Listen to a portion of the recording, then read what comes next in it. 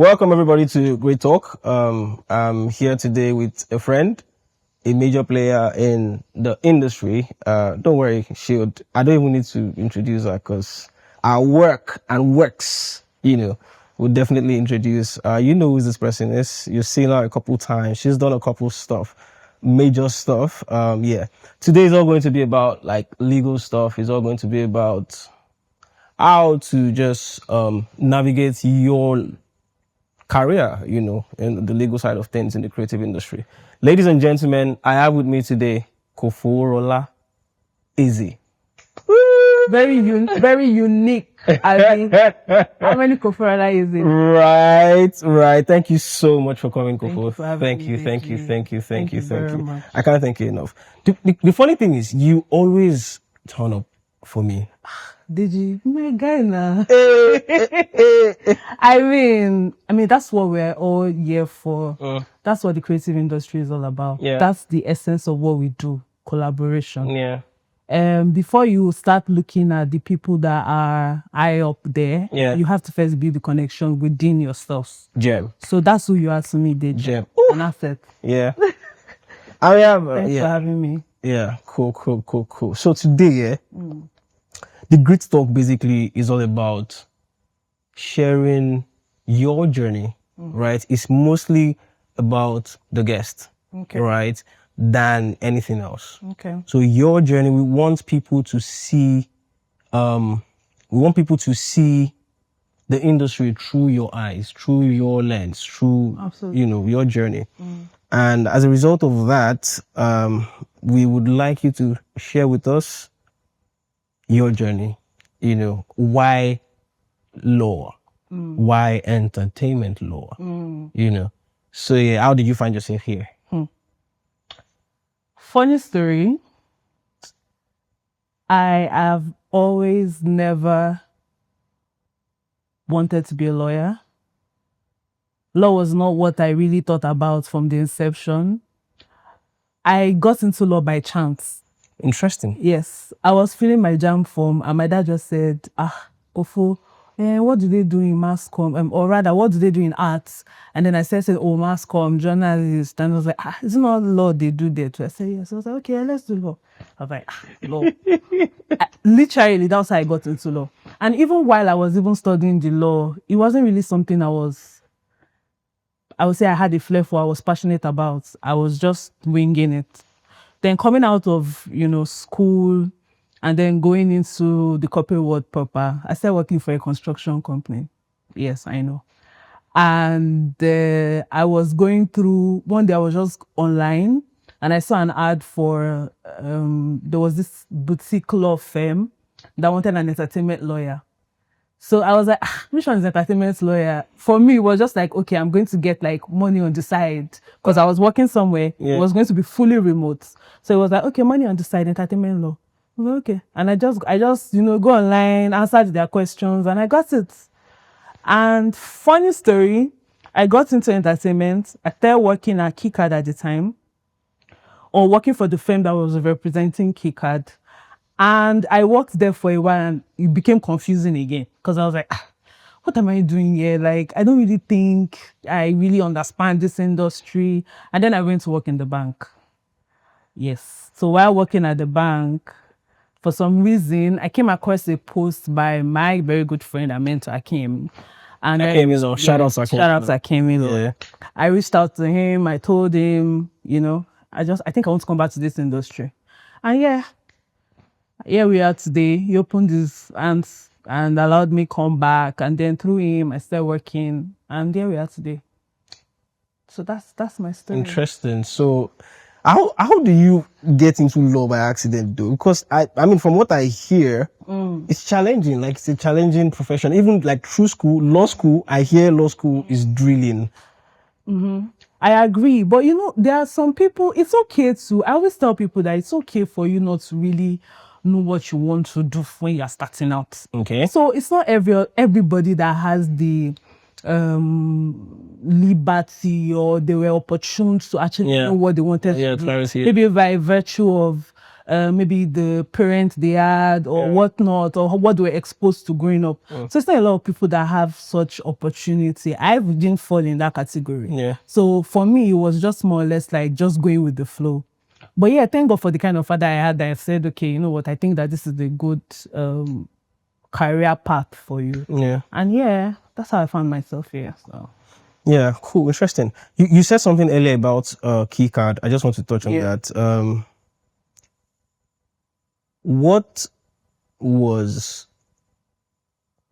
made it feel like, what brought you to the point of like, what am I doing here? Is it that you guys did not have enough work to do, or they were not challenging, or you know, what was that? he had represented Represented on my yeah, I know. So of course it had nothing to do with that. And like I said, I wasn't a direct key card employee. I was for the friend that was So there was a lot of things that we had doing at the time, but it was just all confusing. As a lawyer that was just coming out of university, I wasn't so sure of a career path. So for me, it was because I realized that a lot of people in the music industry, maybe like 70-80%, already knew that they were going to be in the music industry. I see. So, but for me, it was just an industry that I found myself in by chance. And so it was more preparation. Yeah. So, and for me then, I thought, okay, I mean, if I was working in a bank, I'll earn more, I'll be more, I mean, those were the things, those were the things I was looking out for, not necessarily because I wanted to go in entertainment. Yeah. So it took me working there to realize that, okay, I've actually loved this place that I thought I didn't really like. I've actually grown love for it. Yeah. And that was what made me go back. Interesting. Yeah. I remember I told myself then that let it not be said that in the next 5-10 years, I will look back and then wish that, why did I leave this place? Interesting. Yeah, so like, you came from someone who had no clarity. Yeah. Into like what they really want to do or become, you know, first in terms of profession, then now you're in the profession in terms of like what sector in the profession, right? To being one of the baddest in the game. You say so. You see, no immunity. Yeah, like I said, people need to see the industry through your lens, right? Yeah. So please don't try to be humble. I don't promote immunity. So yeah, like how did you now come from, you know, does this have anything to do with you, like your thinking, the way you think, you know, or was that influenced by maybe the way your parents brought you up? You know, like people have this idea of whatever I find myself doing at all, I have to do it well. Some people have that, right? Either I like it or not. So long I find myself doing it, I have to do it well, right? Yeah. So is that where that is from? I think the first thing is to not belittle or take away the God factor from things. I think for me, that's one thing that has really set me there or put me there. I am very passionate about my religion, God, and, you know, it stands in my life. And I believe in, you know, listening to whatever it tells me, what the Holy Spirit tells me personally to navigate in whatever aspect of my life. That's one. Secondly, for me, it would also be the part of you being passionate about something. Passion drives you, but you can find passion. You understand? Yes, you can actually find passion. Sometimes you don't really know what you're passionate about until you start to look for answers. Then you find out that, okay, I really like this thing. And then you follow your passion. So I think that was what it was for me. Oh, interesting. I found, you know, joy in representing creatives, representing entrepreneurs in the creative industry. And, you know, I just decided to just set myself in that industry. Yeah. Yeah. So I think that was what it was for me. Something like what you just said now about finding passion, and that has to do with you have to do it. Like you have to start first. Yes. And then, you can just figure, I like I'm this passionate thing. about this thing. Yeah, so you don't necessarily, nobody really wakes up. Maybe some people do. Some people knew what they're passionate about growing up, but a large chunk of us just find out that we're passionate about things along the line. I know people that say, when they were growing up, they used to listen to a lot of music. I didn't used to listen to a lot of music. I just started listening to music now that I'm in the music industry. I think I watched a lot of movies more. Yeah. Right. So, you just begin to, for the more you look for knowledge, the more you look for, passion, you find it. Yeah. That's my own theory. I might be wrong. I totally agree. I totally agree. In this industry that you are, in this sector that you are, Yeah. what's the craziest thing you've encountered? So it could be like in form of contracts, like the kind of contract that was presented to your client, or when you during negotiation, what somebody's asking for, like in terms of like legal practice in the entertainment space, in the creative space. What's the craziest thing you've encountered? One.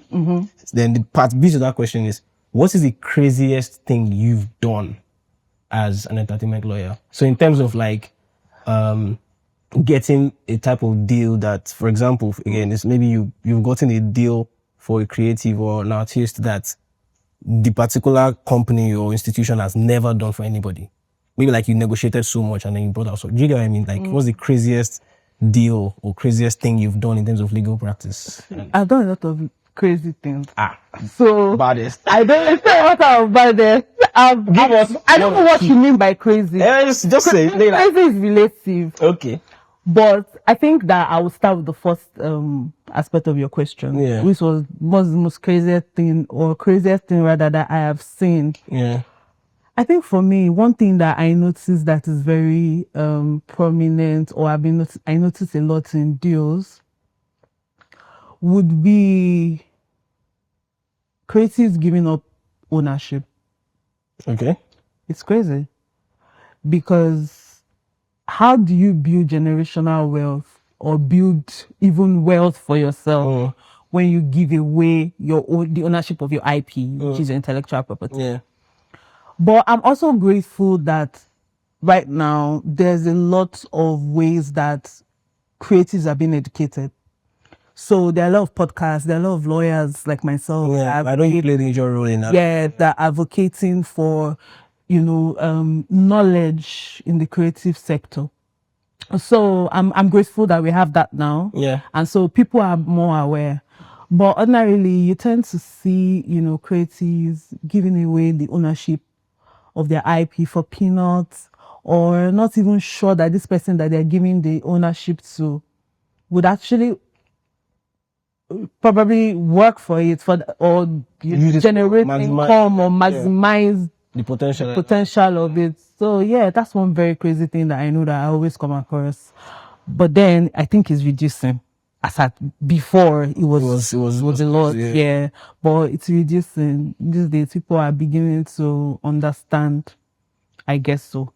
So before you respond to the part B of the question, let me hold you down on this part A.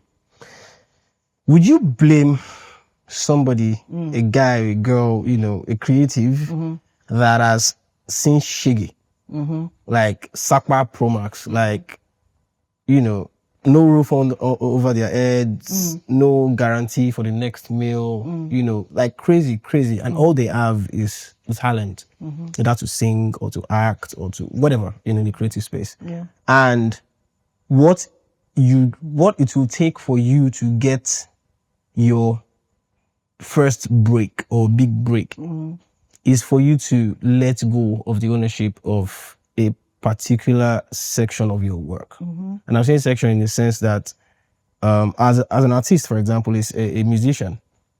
By God's grace, if you live long and you are disciplined and you are smart, you should have enough body of work, like within your lifetime, worst case scenario, 10 albums. Right? If you're working album way, or maybe let's say if you do per track, maybe 50 tracks before you die, if you start early, whatever, and all that.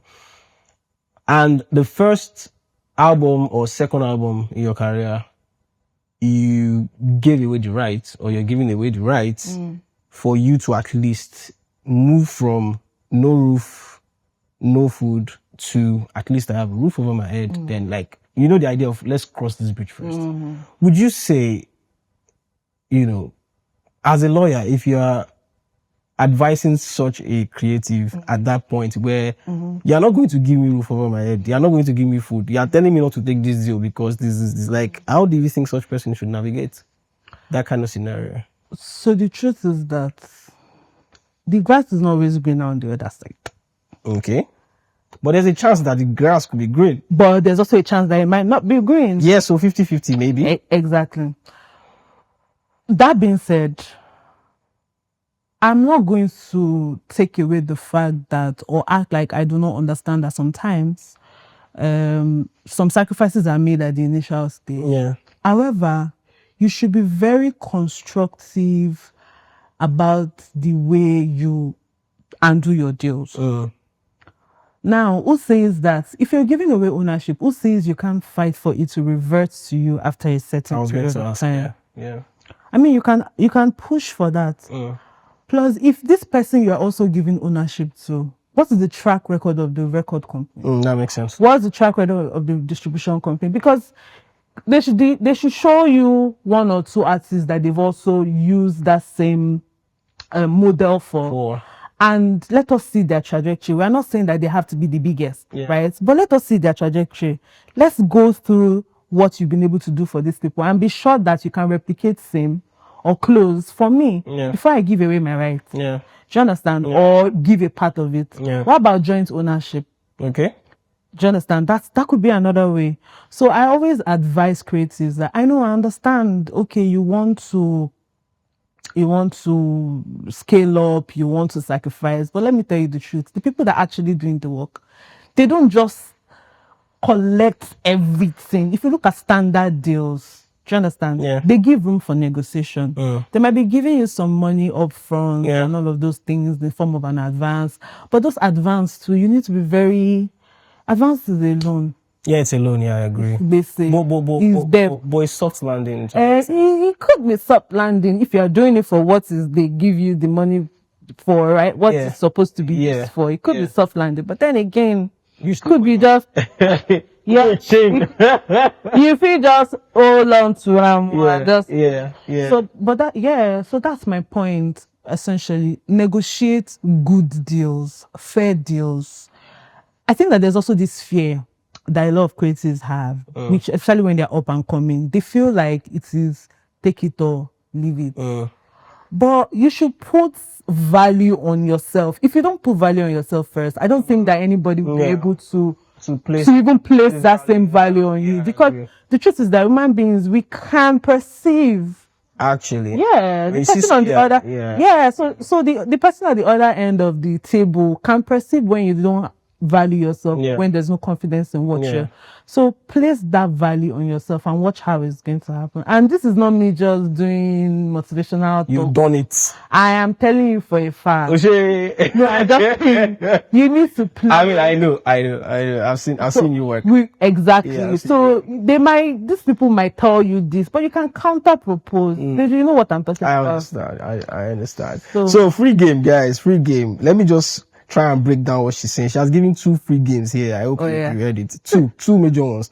The first one is this: no matter your situation, and I'm going to expand it. No matter your situation, so long your talent and your character is on point. The record companies need talents to make money. That's their model. Their model is to monetize talent. Hence, they need you. And when I say you, I don't mean you as an individual. I mean they need talent, right? They need your work to make money. The fact that they found you or they find you worthy to even have a conversation, that's one step in. That's one level of leverage. One. Secondly, you can always negotiate reversal. So hold my catalog for 10, 12, 20, whatever it is, depending on the amounts that they want to give you, depending on what they are looking to put into the project, right? Then reverse it after that period of time. If the masters comes back to me, that's one game. Right. The second game here is joint ownership. And there's something else I even wanted to say. Which is, if one label does not sign you, or one distribution company does not sign, another one will, as long as your work is valuable. As long as it's not nonsense. Like your work is true value. Opportunities will come. Do you understand? Opportunities will definitely come. I do. So I just wanted to chip that in. We still have one question hanging, but you said something about if your work is solid.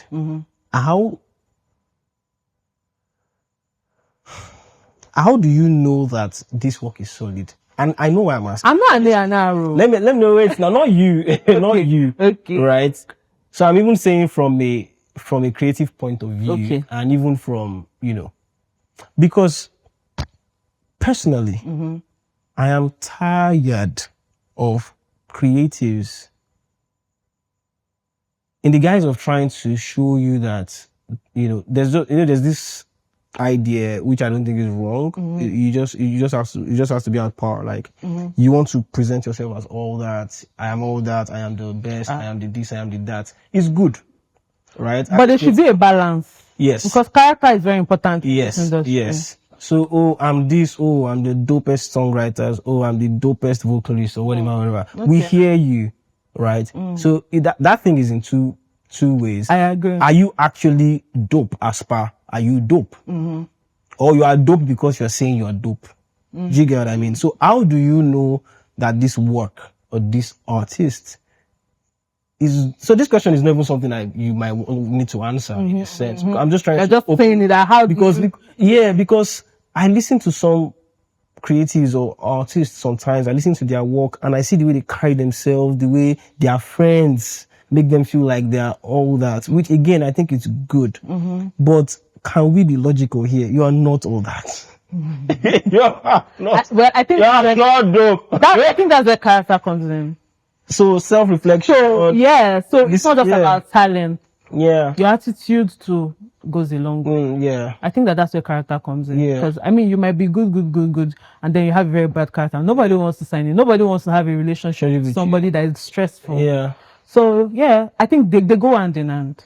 Yeah, and I think one of the ways you can actually check for this dopeness we're talking about is to sample opinions, right? Yes. People that won't lie to you. People that won't. Yeah. Yeah. You need to. So you create your music. Your friends are there. If you don't have the if you can't afford to get a professional to help you listen, you have friends, family. That will tell you the truth. They tell you that this your song is not rich at all. So talking about that, I have this I used to work with this up and coming artist that I remember for the first time I ever heard this song. I knew at the back of my head that if this guy got the right resources in terms of marketing and all of those things, this song will work. That song till now, I don't know how far that song has gone really, because even personally, we didn't push for that relationship. So, but it was a good song. Yeah. I remember then, even though I was not a A&R or whatnot. Yeah.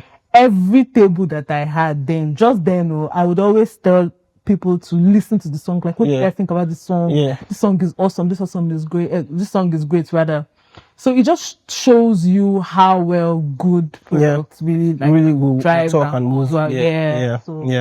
So to the second part of that question I asked, what's the craziest thing you've done? Give us 1, 2, 3. I don't know what crazy means. Say whatever you think. What do you mean by crazy? Like, what does crazy mean? Okay, so for example, an artist or a creative is approached with a deal to say, we'll give you 5 million naira. We'll hold your catalog or whatever it is for 20 years, So there's already that's outrageous on its own already. The creative cannot sign that kind of So now imagine the turnaround. So it's not just about you can't sign that kind of deal. Have you found yourself in a situation where there's a crazy turnaround in the sense that 5 million became 50, 100 million and that 20 years became 2 years, for example? I think that's crazy. I think you have to be a dope lawyer, to be able to. So have you done something like that? Deji, you yourself know that I've done something like that. I'm not. I don't know you. You're a guest on my pod. I don't know you, Kofo. Well, they have to know you. You mean have I negotiated deals? Yeah, crazy stuff. Yeah, of course I have. I would not want to just, toot my own on. I don't understand what you're saying. I just. But yes, I have. I have been, over time, I've been opportuned to. Kofo, this is reality. Why are you talking like this? To turn some deals. I can't come out to start talking about particular deals. No, you don't have to say out there now. you don't have to tell us the artist, you don't have to tell, but you can give us like the details of the deal. Like, what did they bring? What did you get eventually, for example? So I've had a deal with a client that was supposed to be signed to a distro company, and it was supposed to be they were supposed to get catalogs for a period of time, and then there was also supposed to be some sort of retention period after. After that, okay. Yeah, and it was a ridiculous amount of time. I'm talking maybe like 15 years, thereabout, and there was nothing. No advance. No advance. That's And it wasn't just supposed to be. They were also supposed to own some rights for that period of time. But yeah, along the line, we were able to negotiate for a reasonable amount of advance, and we how much? Yeah, go. we were also able to reduce the cost, or rather the length of years, to something also reasonable. And like I said, and to think it's actually it was an international deal. Oh, interesting. Yeah, so, and we were able to do, and in fact, even the person was surprised because he wasn't expecting it. He was looking like, you are stressing this deal now. You're stressing this. Yeah, I know that, bro. Like, because the creative just wants to get. Yeah, but I'm glad that it was, because it's a two-way thing. You know? I could have stressed that deal, and then the other people on the table would just walk off. And then the creative will look at it as any. Yeah, I would not even look at it that I was actually trying to protect them. Yeah, their right at that point. So it could have been a two-way thing. I could have the deal might have gone off, and the creative would have sacked me. Yeah, right. But it's one of the things. Have you ever lost a client due to something like this before? Maybe the deal didn't pull through because you were going hard at it, and the client felt like you haven't. No. So you always call. Is it that you always call? You have reasonable clients. I have reasonable clients. Or both. We have reasonable clients. It's a mixture of both.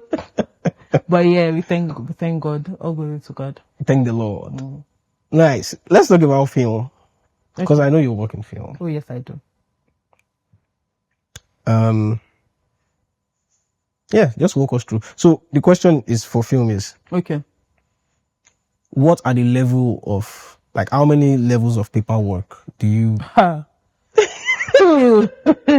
for film production? Yes, for film.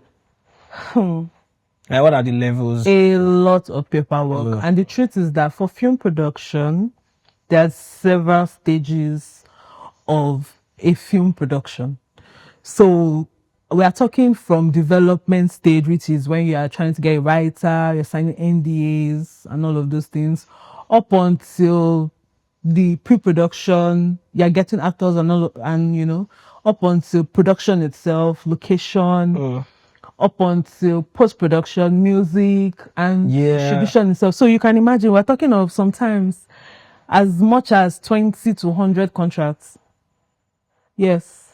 So because take for instance, you are working on a standard series on that's supposed to be distributed probably on a VOD like Netflix and the rest of them. You know, right from the session we have writers agreements. From writers agreements up until you have the cast and crews, the location agreements. After that, and when I'm talking about cast, you imagine the amount of cast that we have. Can go from 20 to 30 depending, 10, and then we have the crew members. The crew members are usually even way more. So you can have, and they will individually sign contracts, and then there are form releases for probably passerby. There's insurance. Yes, there's also insurance. There's a couple of insurance that are being done in production during, after. So you have, that's also paperwork. Music, we're trying to clear music, synchronization, and all of those things. So music is also something that is also very crucial and involves a lot of negotiation and paperwork. Then distribution, what medium are you getting this work out there? So it can span from 20 to 100 to 50 contracts, depending on the scale of the production. Interesting. Interesting. And you do this on the regular? I do this under the umbrella of EbonyLife. Yeah, but on a regular. Yeah. Is it EbonyLife that is reading the contract or drafting them? No, we have a team, a team of legal. How many are you guys? We're 3. Even though. Yeah. That's a lot of work. Yeah. So we are, anytime you see any one of us, three of us in the legal department that work that just passes, just say lost. We're doing a lot of work. That's interesting. Yeah. What would you advise someone trying to get into entertainment lore? Mm-hmm. What would your advice be to them? Okay. To be a bad boy like you.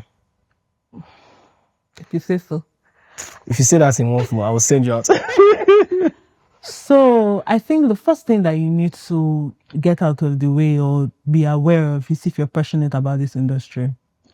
The truth is that this industry might not start to pay you from the beginning. It might pay you. Yeah. Our realities are different. You might start to see returns from, your work and all of those things. But you need to first understand that your passion is what will drive you in the entertainment industry. It is more... So the entertainment industry is so peculiar. It's different from any other form of industry that a lawyer will find themselves. Especially the fact that for you to be successful in entertainment, music, you need to understand the business side of it. So as lawyers, we're being trained to be legal advisors, negotiators, so we are like support service. Yeah. But when you're in entertainment, when you're in music, you're in film, you need to understand you need to understand the business aspect of things. So that alone is very challenging. So you need to have that at the back of your mind when you're trying to go into this industry. Now, finding yourself in this industry, one thing that you can never take away is continue education. You need to keep yourself updated regularly. You need to... There are a lot of things online now. Thank God for AIs. You can just type anything now and it brings it out for you. You need to understand the way trends evolve. Because this industry is very fast-paced. Yeah. So you don't want to, just be there and still. So very important, you need to understand these things. Then there's also the part of collaborations, networking. Very important. You need to network, you need to collaborate. Networking starts from the people within your circle. Right. Yeah. Then you also need to put yourself out there. Okay. Yes. Except maybe you finish, or maybe you go to one of these top schools in the entertainment industry, or you go to one of all these top academies and you find yourself working for the big threes or big fours. Except for that, but if you are trying to grind in this industry, you need to put yourself out there. It was something I struggled with when I was starting. I mean, I struggled seriously. some of us are still struggling. I'm still struggling. I was telling somebody that, a lot of times that I post on social media, I don't go back to check my posts because I still feel, so anxious and all of those things. But the good thing is I'm doing it, right? And that will count for something. Yeah. So you need to, if you are that kind of person, you need to put yourself out there. I remember I was talking to my sister and then she said, I sent her a video of a video I was going to post on Instagram for a sing camp that is coming up that I am hosting. Okay. And I sent it to her and you know what she said? She was like, Kofo, when your work is different from who you are. Who you are, all right. Like it was like when your work is like, it's like you just have to do this. Like I'm just feeling I'm just trying to feel how you're feeling right now, having to do all of these things just because of the industry that you find yourself. But if it's something you're really passionate about, it shouldn't be a problem. I'm more comfortable than I used to be about 2 years ago before I started posting. So putting yourself out there is also very intentional. I mean, if Don Jazzy could go from the quiet guy to... Right, so... Tell us about this sync camp thing. Oh, okay. So thank you for putting that on. So it's a camp. It's a synchronization camp. And what does that mean? Sync is just what sync just entails is putting music in visual media. So what do I mean by that? You know how you're listening to a show, you're watching a show, or you're listening to an advert and then you hear the music elements in the background. There's a way that happens. So what we're trying to do is to bring together singers, songwriters, producers to come together to create music for visual media. So we're trying to teach them collaborative proofs. We're also trying to make them understand what their rights are. Because some people don't understand this aspect. Yes. Yes, and synchronization is a form of rights that you are being owned or that you own at the composition side of things in music. So some people don't understand this rights. Some people don't understand that they can earn from this. You know, even before they become the mainstream artist, you can start earning from all of it. Yeah. You're a music director now. So Something like that. you do these things. So we're trying to, you know, create more awareness about that side of the industry. So yeah, that's what we're trying to do. Guys, check and try and, you know, if you're interested in that, try and play in that. Well, maybe for the next call. Next one. This one is done. Yes, it's closed. Well, it's going to be next week. Superstar. So that. That's good. That's good. I have two more questions. One is a question, the other one is a game. Right? The last question is what are your thoughts? And you don't have to go deep, you could just touch. What are your thoughts on this new movements with AI and music, people starting companies and signing AI artists, and you know, what are your thoughts generally on it? The truth is, right now, as it is, we can't take away the human element from creativity. Okay. As it is, you know, I'm still saying as it is. Yeah. Because the world is already evolving. The human element has to be present in creation, music creation. And we can't take away the fact machines cannot own copyright as it is right now. Okay. Machines cannot own copyright. Okay. The element of copyright has to be human oriented. So, but what I would just say is that for me, as a lawyer, I don't know for a creative, but as a lawyer, I know that AI has come to stay. Okay. And AI is there as some sort of a tool that assists. Okay. So it's okay to use AI, but you need to ensure that you are not solely dependent on AI. Take, for instance, someone that just wants to create music and then you are solely telling AI to create that music for you. Yeah. Don't forget that AI also consumes data. Yeah, they learn. Yeah. From different. Yeah, so there's nothing really original. So there's nothing really original about it. So you don't want to start having copyright issues. So originality is still key right now. I don't know how AI will be upgraded in the next 2, 3, 4, 10 years from now that will bring that originality to it. But the truth is, AI is there to stay, and then we just need to embrace it and find how we can use it to better us and help us, and not take away the essence of who we are as creatives. Yeah, I agree with that. That's a lovely advice. Thank you so much, Kofu.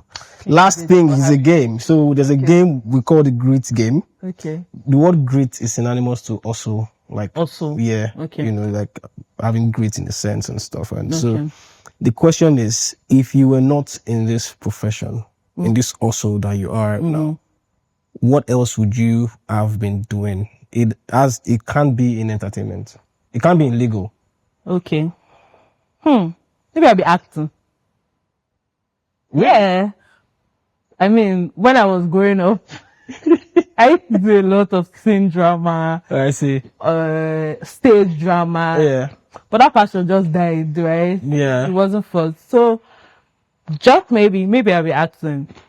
Cool. I think you look good for screen though. So yeah, for real. Maybe I'll be acting. That's the only thing I can think of. Yeah, nice. That's good to know. Yeah. Thank you so much again, Kofu. Thank you for coming. Thank you so much. Thank you for opening up yourself and, you know, telling everybody what I think they need to know, you know, in that sense. I really appreciate it. Thank you so much. All right, guys. That will be the end of this episode. We'll see you next time. Bye. Cheers.